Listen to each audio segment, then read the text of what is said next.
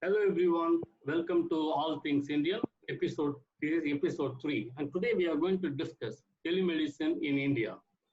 Pandemic, not only this pandemic, any pandemic throws life out of here, what we know as a normal life. Yeah, this pandemic is no exception. But at the same time, because of the advancement in technology and science, today this pandemic also, in a way, directly or indirectly, it is reshaping how we are communicating. And given to that, not only in one field, but also in all the fields, all the human endeavors, human communication is being reshaped because of several factors related to this pandemic. And one of them is health. Health is a fulcrum, core, center of everybody's life. Whether you're rich, poor, you're living in an advanced country or developing country, poor country, or educated or not, health is something that is there. And how we are individuals, ordinary individuals, or everybody is going to communicate and relate with the doctors. And one of the things that has been in the news for last 3-4 months is telemedicine. All of us we have heard about the telemedicine, but we don't know all these things. And to discuss this and throw more light and explain what this is and related issues, we have two very knowledgeable friends with us. Yeah, thank you, Rajmohan. Let me introduce you to our friends here.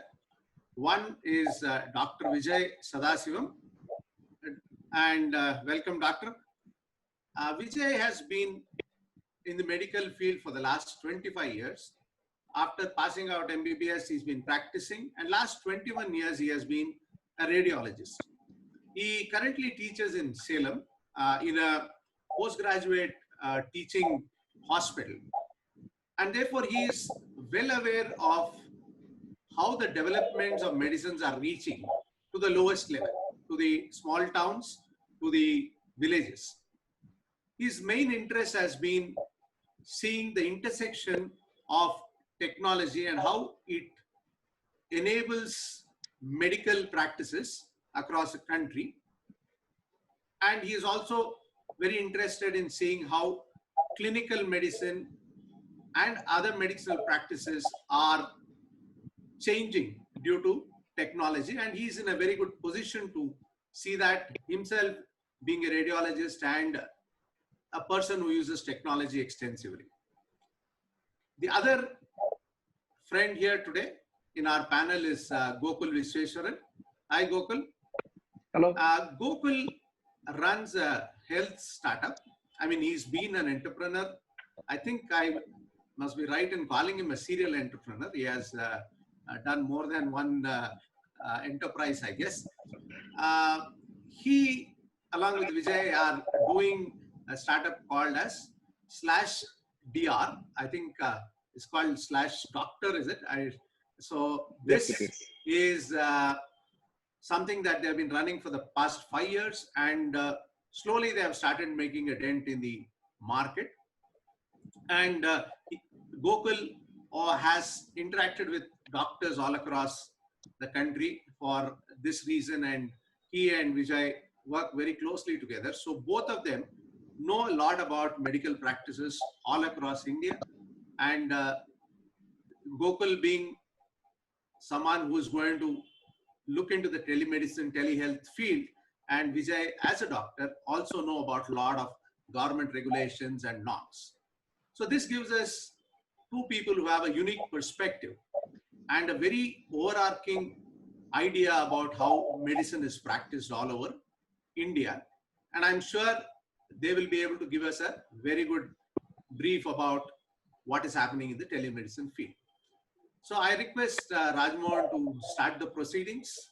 Yeah, Doctor, without wasting any time, Dr. Vijay, we will start with you. First of all, as a layperson, what is telemedicine? And especially yesterday, we have the news that on television that even governments and doctors and medical institutions are telling that telemedicine is here for another 5-10 years.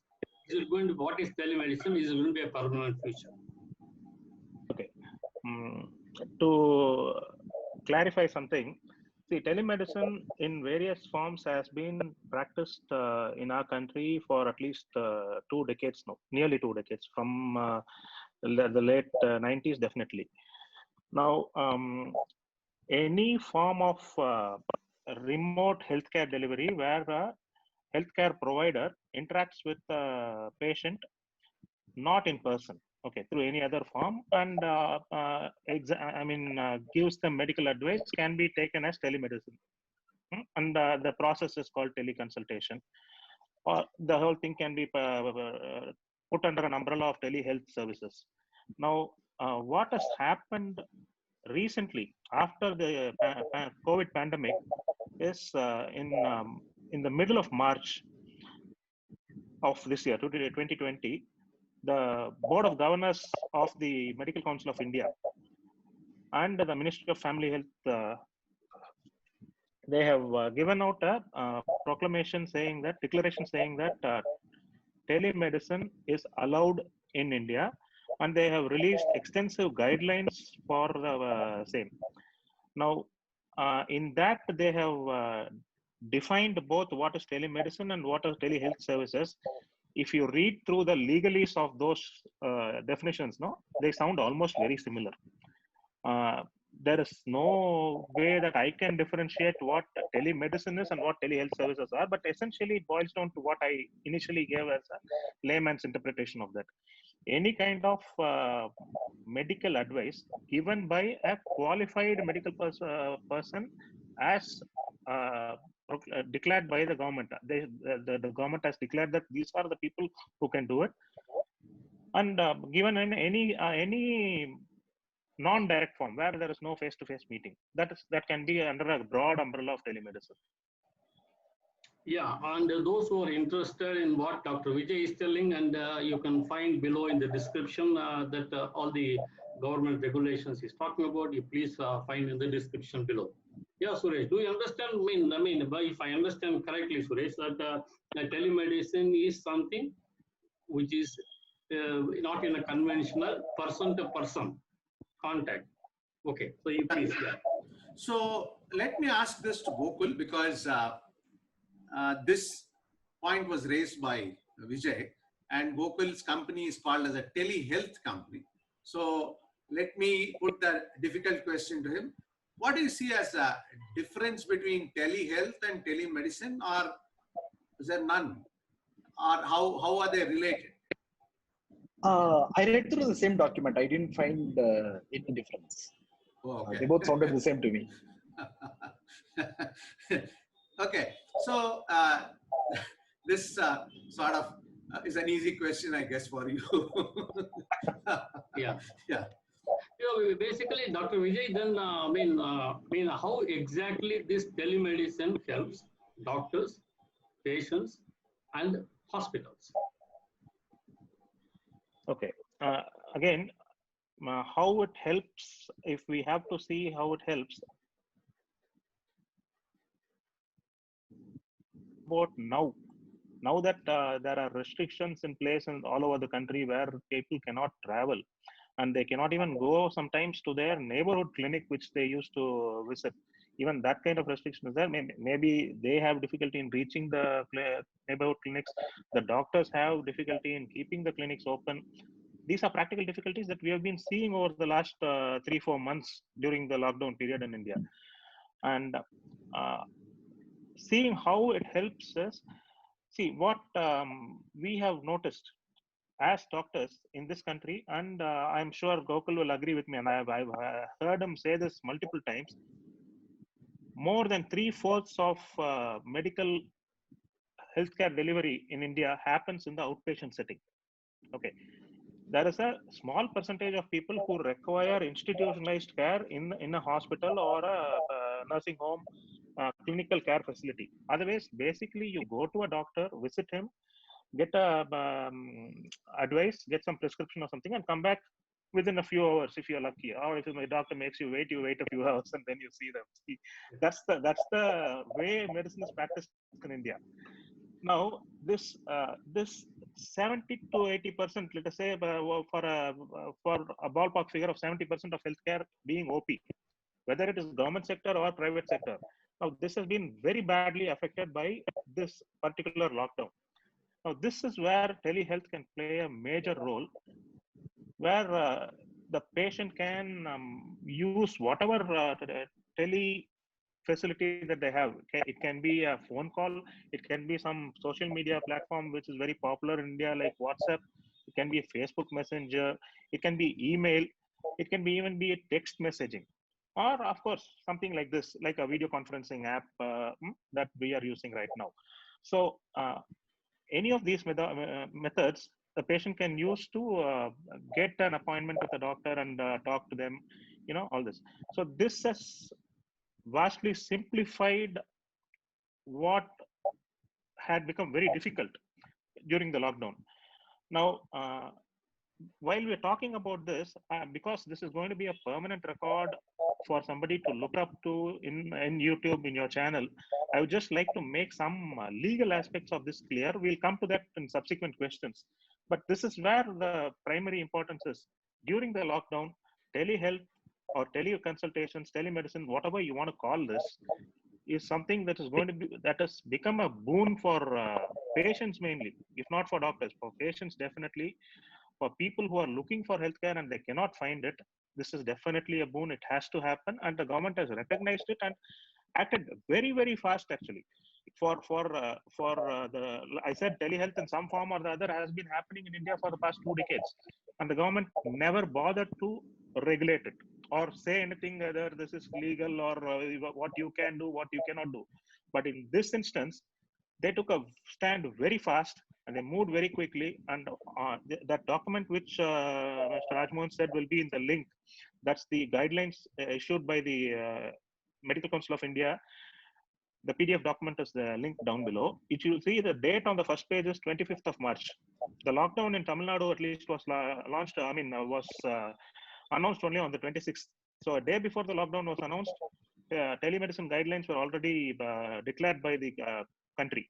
So that is a very good decision, very well executed, and extensive guidelines. We will talk about that further down. Okay. So now that you have mentioned the government policies in this case and the norms, so let me ask Gokul, because if he's doing any software, he has to understand these documents and the norms. So what are these policies? What are these norms? Can you elucidate on that? Yeah, we already have made software. It's called /DR. You already said that, right? That is teleconsulting software too.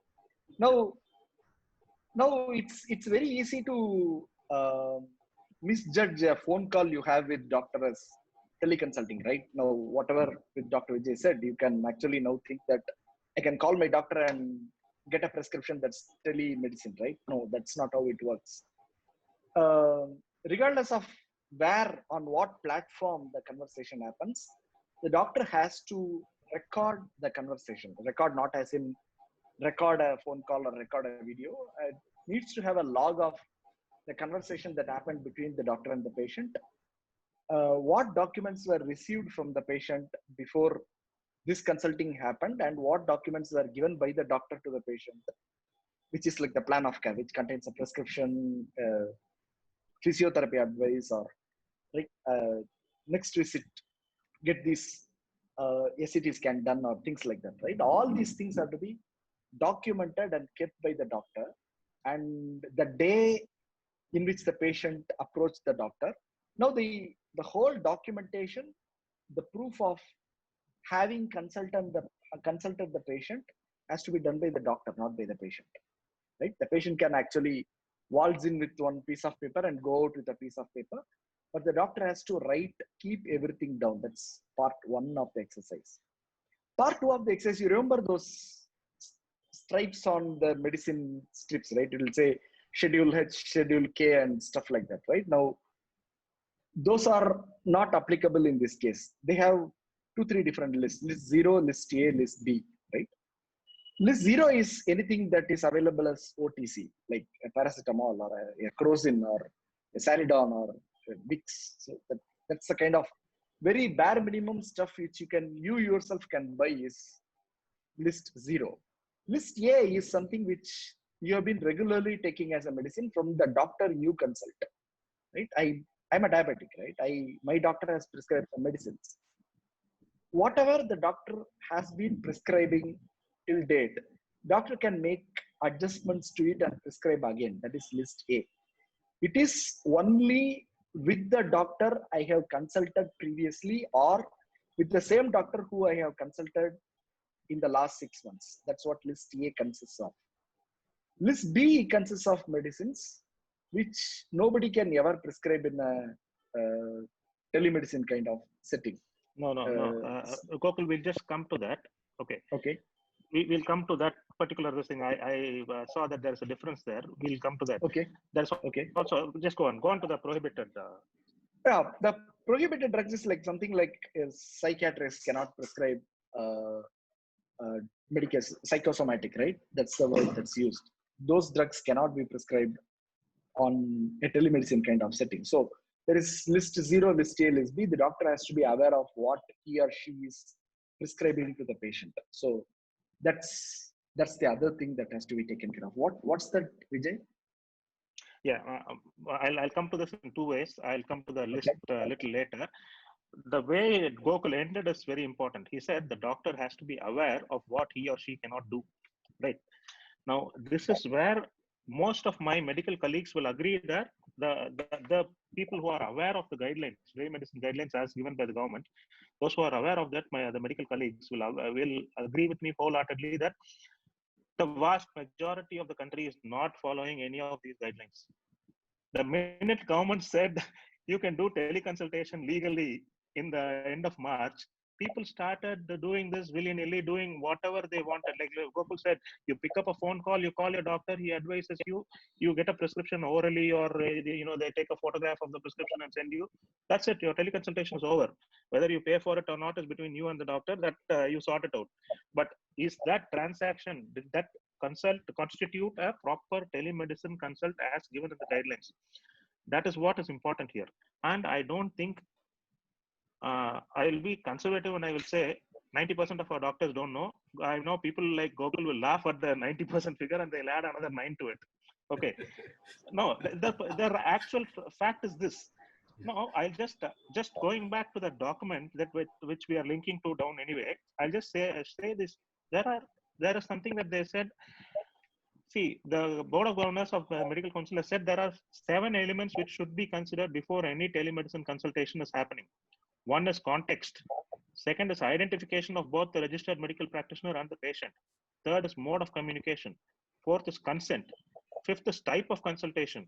Sixth is patient evaluation. The last, 7th is patient management. Okay. All these 7 things have to be there for it to become a proper telemedicine consult. You just cannot pick up a phone call and or do a video conferencing or something without all of this thing and directly jump to 6 and 7 and do patient evaluation and patient management. Patient management here, what we mean is getting a prescription or getting some further tests and all this. So all of these preliminary steps are important. The most important being identification of the registered medical practitioner. The guidelines that I have talked about so far and what we are linking down below pertains to registered medical practitioners as defined by the Indian Medical Council Act of 1956, which is all allopathic doctors, what we call as allopathic doctors.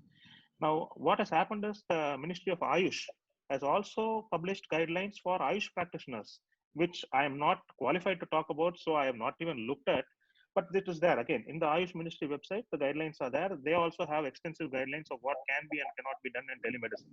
So these are the guidelines that they also have to follow. So let's stick to our telemedicine for registered medical practitioners of modern scientific medicine, that kind.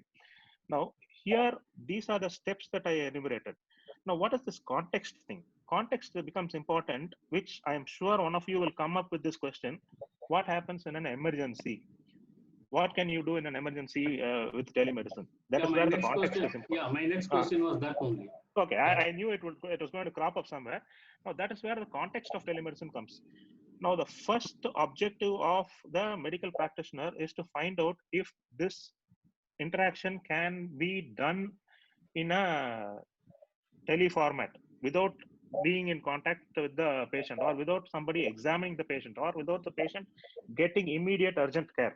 So if, let us say, for example, Gokul or Suresh calls me up I'm their local doctor, and they call me up and say, doctor, I have a very severe abdominal pain. I don't know, it is in the lower right side of my abdomen, and it has been paining for 2 days. I have vomiting, I have fever. Instantly, any MBBS level doctor, any final year MBBS student will think appendicitis, right? And there is no point in me advising you in tele for appendicitis, right? You have to get to a surgeon and thing. So I have to identify that, and I have to immediately, it is the onus is on the doctor to give you the right advice right there, saying that, see, this cannot be handled by telemedicine. Find the nearest place where you can go and get yourself checked up for appendicitis or whatever is the reason that you said. If possible, give them some relief orally, something to reduce your pain, or something. Let's say you have a broken arm, let's say splint your arm and go, some basic first aid that anybody can say. So you're supposed to give that kind of basic medical advice and tell them to try and reach the nearest facility as possible. And if you can facilitate that kind of meeting, if you can book an appointment for them with a known hospital, or if you can direct an ambulance to go get them in case the patient is not able to do that, that is also up to you to do it. Now, this is the context. Now, once you've established context and you realize that you can do this, this is not an emergency and it can be handled like this, that is when all the rest of it comes. And the first thing is identification of yourself. Every registered medical practitioner is supposed to prove to the patient that he is a registered medical practitioner. If possible, show his registration certificate, his medical education degrees and all. This is there for even day-to-day in-person practice. But they just made sure that this is very well emphasized in. Okay, then we were talking about the prescription, so I'll just touch on prescription. See, there are 3 lists that they've given: list O, list 0, or list O. Okay, and list A and list B. List O and A is the same as what Gokul described. List B is what it is. Let us say Gokul, he will use the same example what he used. He's a diabetic. He's been seeing his doctor. His doctor has been giving him some drugs, and that is being refilled. That is the list A drugs. Okay, that list A will vary for me, for Gokul, for Suresh, or Mr. Rajmohan. It will vary. Whatever is the drugs that they're following with their known doctor, or within 6 months. And there's also one more point in list A. If this is the first visit, and it is being done in tele, the government guidelines say that it is preferable that the first visit be in video if it cannot be done in person. If at all you have to do a telemedicine consultation as the first visit for a new problem, it is preferable that you do it in video and not in text or any of the other methods. And then coming to list B is, let us say you are one of those patients who are already following up with the list A drugs with your known doctor. You have a new problem and the doctor wants to add something. He has one list of medicines which he can use. That will be considered list B, which will include antibiotics also. The government discourages usage of antibiotics widely in telemedicine, but they say it's unavoidable. You have to do it, so you do it. So these are list B. And the prohibited list is like, so Gokul already mentioned, anything that comes under the Narcotics and Psychotropic Drugs Act. That is an act, I think 1984 or 1985. That's a very well codified act. There are quite a lot of drugs like morphine and all inside that, which you cannot prescribe at all. There is no question. There is no question of those things coming into any telemedicine consultation or prescription. So this is how it is. Now, the last thing that I wanted to mention this, because it doesn't come up at all. Now, let us say Suresh calls me. He says, I have a headache, doctor, can you treat me? Now, for some reason, I don't want to do it. It is entirely up to me to accept that consultation or not. There are 2 things here: consent by the patient and consent by the doctor. Now, consent by the patient is implied the minute he calls the doctor and asks for an appointment. It is an implied consent. So you have called, you have initiated the encounter. So it means that you have consented to this. So that's it. But it is up to the doctor to decide whether he wants to take the consultation. He can refuse at any point of the consultation. The important thing is in the guidelines. See, let us say when I'm interacting with Suresh, 5 minutes into the interaction, I realize that everything is not right. There's something fishy going on. He's not being truthful with me. Let's say something instinctively, I feel something is wrong there. I can stop the interaction right there and say, look, man, I'm no longer interested in treating you. Please stop this, and let's get out of this. It is completely within the doctor's right to refuse the telemedicine consultation at any point of the encounter. This is also very clearly written down. There is no point in the patient going and then blaming the doctor that saying that he has refused to treat me or he has refused teleconsultation. It is entirely the doctor's right to do so. Very clear.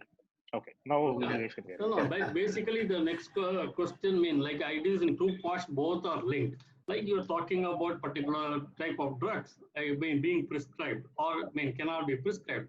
So Dr. Vijay and Gokul. So for Dr. Vijay, that one is that suppose I'm in a rural area, I'm in a small town, okay, and I don't know any doctor there.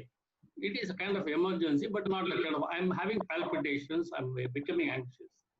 Okay, so there is a doctor and I call him because clinics are closed. I call the doctor over the phone and he says, can he prescribe drug like buspirone to avoid the, at least to, earlier they used to do the very silly way that in rural areas, Lorgatil and all. But at least can they prescribe buspirone? And the second part of the question which Gokul can do, our country is a village, it's full of villages. We have 6.5 lakh villages in India. So rural area, India is a land of villages. So that being the case, most of the time access is through government hospitals.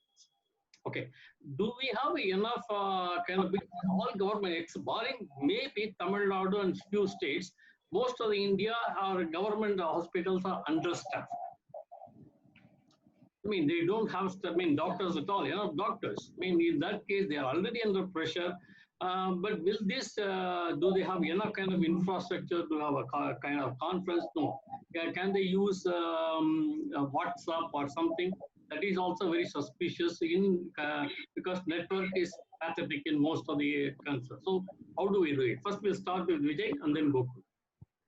Again, just to go with your example, if it is the first encounter, regardless of where you are in the country, wherever you are in the country, whether you are in a metropolitan city or whether you are in a rural area, if you're contacting the doctor for the first time and you're describing your symptoms to him and you're asking him for medicine, that doctor, being known to you, might, out of the goodness of his heart, evaluate you over that call and give you whatever medicine, but that does not make it legal. As the government has said, the first visit, preferably in person, if not, at least a video call, so that the doctor can have a look at you and make sure what everything is going on right. And then they have to give you a prescription in the prescribed format. There is a prescribed format for prescription, which is there in the medical council guidelines. And this is nothing. It's the same as what has been there from 1956, and at least from the 2002 amendment. So that same prescribed format prescription has to be there. The only concession that they have given us, this prescription can be either photographed or scanned and then sent as a message on your mobile device or sent an email. Again, there's one catch here. If it is being sent to you, the patient, it is perfectly fine. The doctor can send it in any form. But if he's sending it directly to the pharmacy as an e-prescription, this is what an e-prescription in the Western world means. The doctor or the medical facility directly sends the prescription to the pharmacy. Patient does not come in there. So if that is going to happen in this telemedicine guidelines in India, the government is very clear again. I as the doctor have to get your consent to send your prescription to the pharmacy without you being the intermediary carrying the prescription. You have to consent to that, because you always have the choice of taking the prescription and going to the pharmacy of your choice. That choice should not be incumbent on the doctor. He should not be forcing you to go to one particular pharmacy. Again, this is very clear in the guidelines. That I just wanted to make sure. And this rural area networking issues, I will let the technical person talk about this. Gokul. Yeah. India is many countries, okay? So what you get in Tamil Nadu and what you get in Delhi and what you get in Bihar or Bengal will be entirely different. Tamil Nadu has a better mobile penetration and a lot of people use smartphones. Even if they are not using smartphones, their kids use smartphones, or their kids will help the dad or mom use smartphones and, have a video consult with the doctor. So people have different. That raises one more point that I want to bring up. You finish, then I will come to that kid or somebody else helping also. Okay, so you cannot really uh, apply a solution for entire India. You have to apply tier 1 solution, tier 2 solution, tier 3 solution, and you have to go on and on and on about finding out where your target market is and what they will accept, what they will not accept, and what's available to them. You have to consider all those things as a service provider. I am a service provider, right? So as a service provider, I had to think what my target market is and provide solution to the target market. That's how it works. You can't give one single solution for entire India. That's not possible. Number one. Number two, I think it ties with the previous question and previous answer, right? You cannot shop for a doctor. You cannot pick up an app like a Dunzo or a Zomato and keep scrolling and pick up some doctor in somewhere in Delhi and have a consult with him or her, because that's the first consult. All that doctor, though the doctor is a specialist, can prescribe his paracetamol to you, right? That's how it is. So you cannot shop for a doctor. So that's something which is actually missed out in, I think, in our answers. You cannot shop for a doctor. Number two, and there is a very important difference between doing a physical face-to-face consultation and doing a teleconsultation. So there are a bunch of things which doctors take into consideration. Number one is what brought you to the clinic, right? What brought you to the doctor? That's number one. And number two is your history of your personal history, occupational history, medical history, surgical history, family history. And number three is what was measured using pre-calibrated equipment, like what's your BP, what's your temperature, right? That's point number three. Point number four is what was measured using standard equipment, like a CTL, like a MRI. So that's standard equipment. And then the fifth part is the physical examination, right? The doctor should have the convenience of touching you and seeing you and feeling you and how you feel, how you walk, how you actually walked into this room. Those are things the doctor has to consider while coming up with a diagnosis. This physical examination part is entirely missing in the whole thing. Pre-calibrated equipment, you can always ask the patient to, own a thermometer or own a pulse oximeter and record readings, right? That you can do. Your history and symptoms are always there. And if you want standardized equipment, you can always ask the patient to go get a MRI done and upload the report. But there is no replacement for physical examination at this point in time. So if the doctor is making a critical decision on your body and wants to give a plan of care, it is very important that some kind of physical examination be done. That ties to the old question of, can I call some doctor and say that I have palpitations and can I request medicine? No, you cannot. Because even though you have some condition, this is a new condition and you are calling not your doctor, right? You are calling a new doctor. That new doctor can always say, please rush to the nearest hospital where a doctor can see you. That's what they can tell. They can't just, prescribe medicine over phone. That's not allowed here. Suresh, you also, start, but Dr. Vijay also wanted to talk about somebody helping. Sure.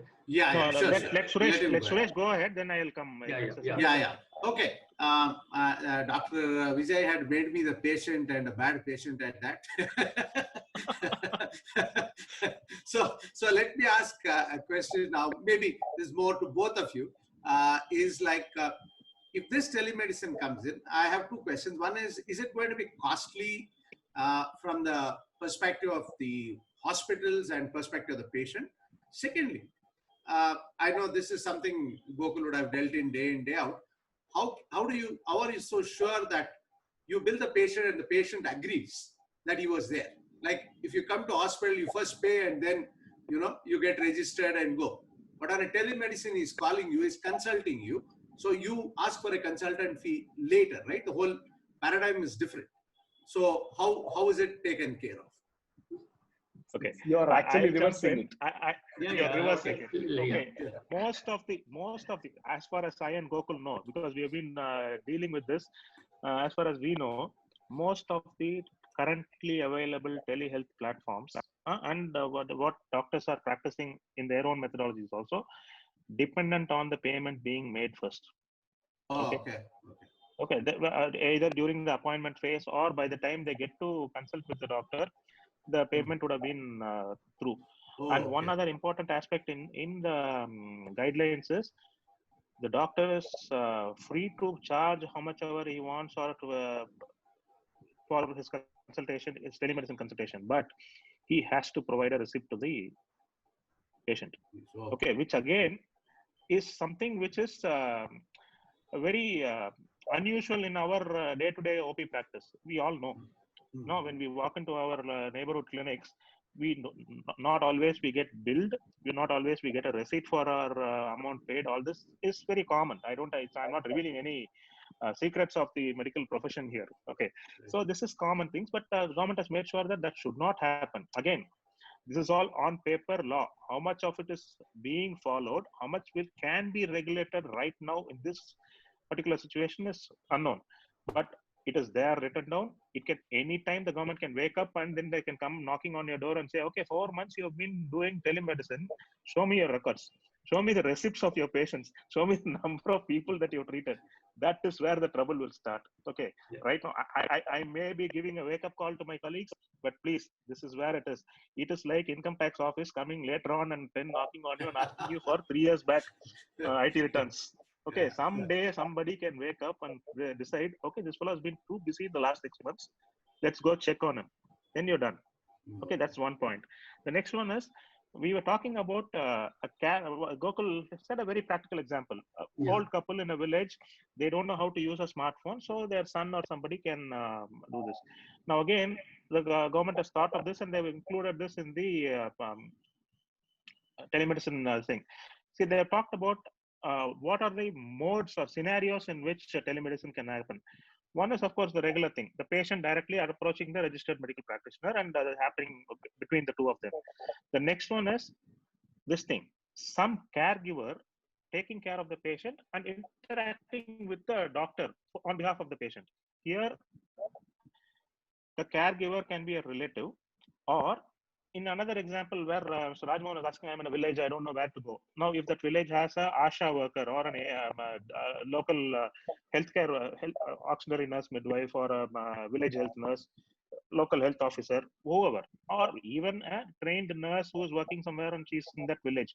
Now, that person, if she can competently tell the doctor that she's representing this patient, again, patient identification, consent, everything is there. And here, the patient should consent that this person is the via media.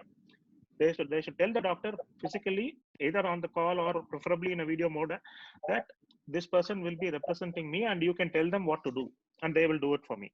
So this is where if you have a trained person, they can take a pulse, they can take a temperature, they can take a BP, all that if you have a trained person. If it is an untrained local family member who's helping out, they can do their best to implement whatever the doctor says. At the most, they can interpret the patient's symptom to the doctor, the patient's advice, and the doctor's advice to the patient, and then carry out whatever the doctor wants them to carry out for the patient. So this is that modality. Patient to doctor. Second was caregiver to this thing, which is an untrained caregiver or a health worker to the doctor, acting as via media. Second and third scenarios. The fourth scenario is a registered medical practitioner getting the consultation of a colleague. It's between doctor to doctor for the benefit of another patient. Now the patient need not be in the scene at this person. Let's say Gokul has given me his diabetic information. I am his diabetologist. Now I want to talk to a cardiologist about his diabetes. Maybe I have some doubts about his thing. So I can get that consultant's opinion and I can do this. This doctor-to-doctor consultation is not so regulated in the guidelines. This has been going on everywhere. And what the government has said very broadly is, use this like how you are using teleradiology, telepathology, teleophthalmology, because these are the three things which are widely being used. Teleradiology is if I take a digital image of our whatever scans or x-rays that I do, and I send it across to my colleagues. Very hardly almost never the radiologist interacts directly with the patient. In our country, at least, it doesn't work like that way, that you come and you ask me to do a scan for you and I interpret the scan and I advise you. It will never happen. You have to go through a another person, another doctor who will refer you to a scan center. So telemedicine, teleradiology is already going on. Telepathology is everything. I mean, if you go to any of these nationalized laboratories which are offering you, they come home and take blood in your home, and then they go and they send you a PDF document with the results. That is telepathology, right? Some pathological test results are being sent to you in a teleformat. This is widely accepted and widely going on. Ophthalmology is something, again, most of these big eye hospital chains, they go and conduct camps in villages, rural areas where there is no facility. They use technicians. Sometimes, most often doctors go there, but sometimes they use technicians to do the eye tests and all that, vision charting and all that, and they transmit the results back to their center where the doctor is sitting, and they can advise. All this is covered. Now, one thing which is specifically not covered, which will bring which already has brought smiles to me and Gokul, is there is no way you can use something like an artificial intelligence or machine language to do telemedicine according to the current guidelines. Okay, No, you cannot. The government has very specifically said, stated, technologies using artificial intelligence and machine language, AIML cannot be used for telehealth under the current guidelines. That is illegal if they are doing it. So essentially, you're saying you want to use real intelligence, not artificial. Yeah. True. No, I mean, yes. I mean, that will take the discussion into a totally different tangent. Correct. No, I understand. No, I just wanted to quickly ask the other question that I asked. That is it going to be costly? Should it be expensive? Okay, this is focus. No, yeah. Is it going to be costly? You should rather ask the question as should it be costly, right? That's actually a better question to ask. There are two schools of thought. One, it should be costly because there is a technology expense added to your regular time of the doctor, right? Doctor's time is actually built, plus there is a technology overhead on the whole consultation process, so it should be expensive. That's one school of thought. The second school of thought is that if you come to visit me to my clinic, I will have to don the PPE,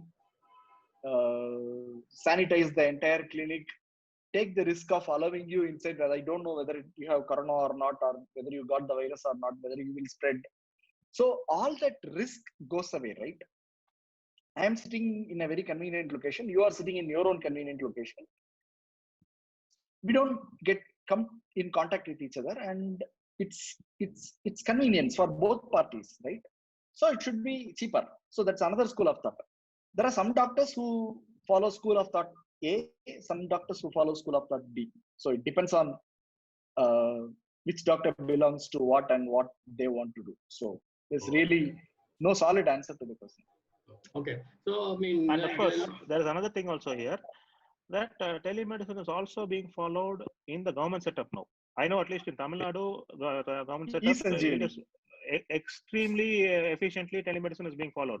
And again, I will not go into the specifics of whether even in our government setup, all these guidelines are being followed, which might prove to be disappointing.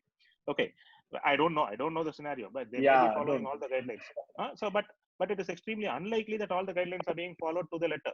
But what I wanted to point out is that it is being efficiently done in the Tamil Nadu government service. So a rural patient, and in Tamil Nadu, all of us know, there is definitely a sub-center or a primary health center within every village's reach. So they can go there, or one of the health workers will reach them in the village and they can interact. So this is already going on. It just depends, again, like what Gokul said, India's different countries. Within 200 kilometers of Tamil Nadu, you will find a totally different landscape where you may not have the facilities that we are used to here. So cost again comes down. If you are using government facilities, it's totally free. And like Gokul said, I would just like to say, from a non clinical doctor, like I don't meet doctors, I mean patients every day, that way. I'll say I would personally feel a teleconsultation is more convenient than going to the doctor for a regular ailment, like same example of a diabetes or a hypertension or asthma, for which I have to visit the doctor every 3 weeks or a month, and Just basically tell them that I'm okay, show some blood results or some X-ray or some pulmonary function, PFT values, and then get my prescription refilled or tinkered a little bit. For this, I have to go get an appointment fixed either by phone or something. Then invariably I have to go to the hospital, doctor's clinic, and wait there for hours for him to turn up. Again, I'm not revealing any professional secrets here. All of you have experienced this. I have experienced this. No doctor is on time. I mean, I'm sorry for my colleagues who are on time, but this is the reality. Yeah. Right? So all this inconvenience is taken away in telemedicine. And if that inconvenience is going to cost me, let us say my regular consultant during his regular consultancy used to charge me 100 rupees. Now he's charging 150. Now the transportation cost, the waiting time, all that is a saving for me. So from my perspective, I would say it is worth the cost, or it is not costly when you take into consideration the whole picture. The same risk that the doctor has of whether this patient will infect me, I will have of going to the clinic and whether that clinic will infect me. Right? It's a two-way street. No, that is the truth. People are afraid to go to a facility where they are likely to face an infection. So I would say cost is not a major factor in this. Okay, so now we have come to the final segment. We have only 10, 11 minutes. So very quickly, a couple of questions. One is that, for example, Gokul said you cannot call, you cannot shop, you can't use Practo or something like that. In a telemedicine, like terminal, I'm having some, okay, I'm not technically terminally ill predefined, but suddenly I have something. In those cases, I mean, is it allowed? I can contact some doctor and then that doctor can do. Second is, how the payments will make if suppose I call a government hospital, some doctor in WhatsApp or private hospital. I mean, how to make sure that I make payment or not? Okay. So both the questions. The payment one, I'll allow Gokul to answer. I'll just go ahead with the first one. Now, the guidelines also say very specifically, there's one line which say doctors cannot solicit for teleconsultations using any enticements. So I cannot say, if I am a practitioner known in the city, I cannot give out an advertisement somewhere in social media saying that teleconsultations at ₹50 for 15 minutes. I cannot do that. Anyway, those kind of advertisements were illegal under the Medical Council of India ethics and rules of conduct thing, and it very specifically stated for telemedicine, a medical practitioner should not solicit using any kind of inducements. Okay, this is it. So coming to your question, this medical health platforms which are offering health services, these are also under guidelines, are bound by these guidelines, and they are there. One entire section is there for how they should behave in this. And not very vast and not very this thing, but it is there. You can read up about them. And again, there is no way of knowing if those guidelines are being followed. I have my own personal misgivings about many of these platforms. Let's not go into that. But to answer your question, if you know a doctor, and if you can contact them, if you know how to contact them, if you contact them, it is a direct one-on-one interaction. That doctor can agree to see you or not. Like I said, the context and the consent. He sees the context. He sees that you are a known patient with whatever you said, you are some chronic illness, and you're the term you used was terminally ill, and you wanted some help, and you're already under some care.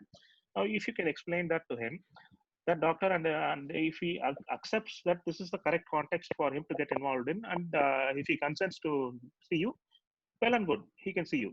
Now, about how the payment can go forward, how it can be ensured, let Gokul. Gokul, yeah. So I'll add to what Vijay said. It's simple. Use the Pareto's principle, right? 80-20 rule, whatever it's called. 80% of the patients will come with 20% of the problems, right? The other 20% will have 80% of the problems. Now, if you fall under the 80, which is like the super majority of patients, your teleconsulting is going to work for you. If you fall under the 20%, you have to go to a clinic. It's not that, the world is going to change and everybody is going to consult tele only. That's not going to happen. If you are the 20% of if you are one of the 20% patients, you have to go to a clinic. You have to visit the doctor. The doctor has to see you and give you medicines or give a plan of care. So that's something which we should learn. We can't say that I'll always consult my doctor on tele, right? That's not going to happen. That's one. As far as payments are concerned, today, if you are doing one-on-one calling the doctor, it's as a patient, it is your responsibility to ask the doctor how much I should pay for this consultation, which none of the patients do. I speak to so many doctors. Patients always think the doctor is always free and they keep calling the doctor without paying money. So that's what patients do all the time. Doctors don't like it. So this is the secret I'm going to tell you. Doctors do not like being called for free. As a patient, it's your responsibility to make sure to ask the doctor, how should I pay you, right? The doctor can give you a GPay or a Paytm or a bank account or UPI ID or anything he or she prefers, and you make sure that you pay, right? Other way, like platforms like ours offer an upfront option. We are integrated with payment gateway and we let the patient choose whatever they want to pay through, like a net banking, credit card, debit card, UPI, wallet. We allow anything. So in both ways it happens, but make sure that you pay in one way or another. Okay. Suresh, you asked a big question. Yeah, I'll probably ask the last question. I think we are running out of time. So how do you see this telemedicine going forward after the pandemic is over? We don't know when it is, but in the post-pandemic world, what do you think will be the way telemedicine goes forward? Will that become at least a certain norm amongst patient, or it will revert back to old time of walking into your next door doctor? What is your own opinion on this? No, there are a lot of assumptions. Wait. I would like to add something to what Suresh. I mean, my one more question. Both are related. Like I read somewhere that in the USA they are developing a mobile which will have all these things. It will store that it will have a stethoscope, oximeter. Already apps are there, but in addition there some prosthetic elements are going to come. They are developing mobile like that, and also it will store every record for how so long as that patient is using it, it will have all the records. When the person is going to call a doctor, and automatically he can just transfer all these things to the doctor beforehand. Okay, now I think that's artificial intelligence. I'll go first. Gokul, you can have the last word on this. I'll go first. See, there are two things. First, we have talked so much about, we have spent this entire time talking about telemedicine. And have we ever touched on the topic, question of how much telemedicine has penetrated into regular practice in the current date after 4 months of lockdown, where doctors are not being able to see their regular patients are not being able to see their doctors? What is the penetration? Now, from my limited experience in my tier 2 city in Tamil Nadu, I can say that the penetration in the private sector, where I am employed in the private sector, is less than 1/3. I would be very happy if it is 1/3 of the OP consultations are happening on tele platforms. It is not, less than 1/3 only. See, this is the situation when an ongoing pandemic with ongoing lockdown is happening. I don't know how far this lockdown phase and this restricted living space is going to last. Let us say it is going to last till the end of this year, till December. I don't personally foresee this 1/3 penetration becoming even 50% penetration by December. There is a lot of resistance to change. We all know that there is inertia. The system has inertia. This inertia is very heavy when it comes to doctors.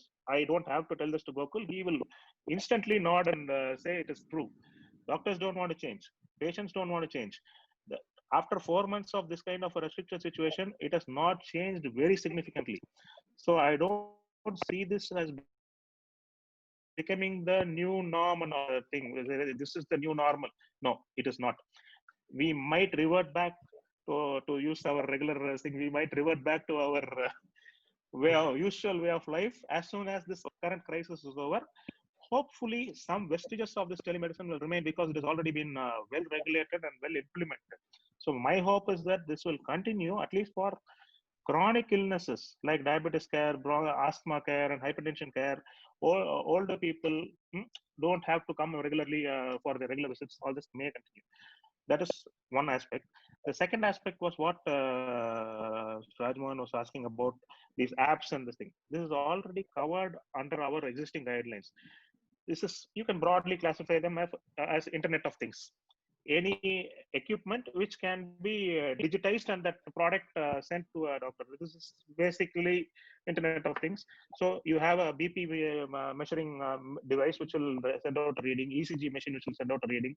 Whatever form you record it in, you directly send it to the doctor, or you record it in your mobile phone and then send it to your doctor. All this is allowed already in telemedicine. Okay. So how this is going to make a change, I will let the technical person. Yeah.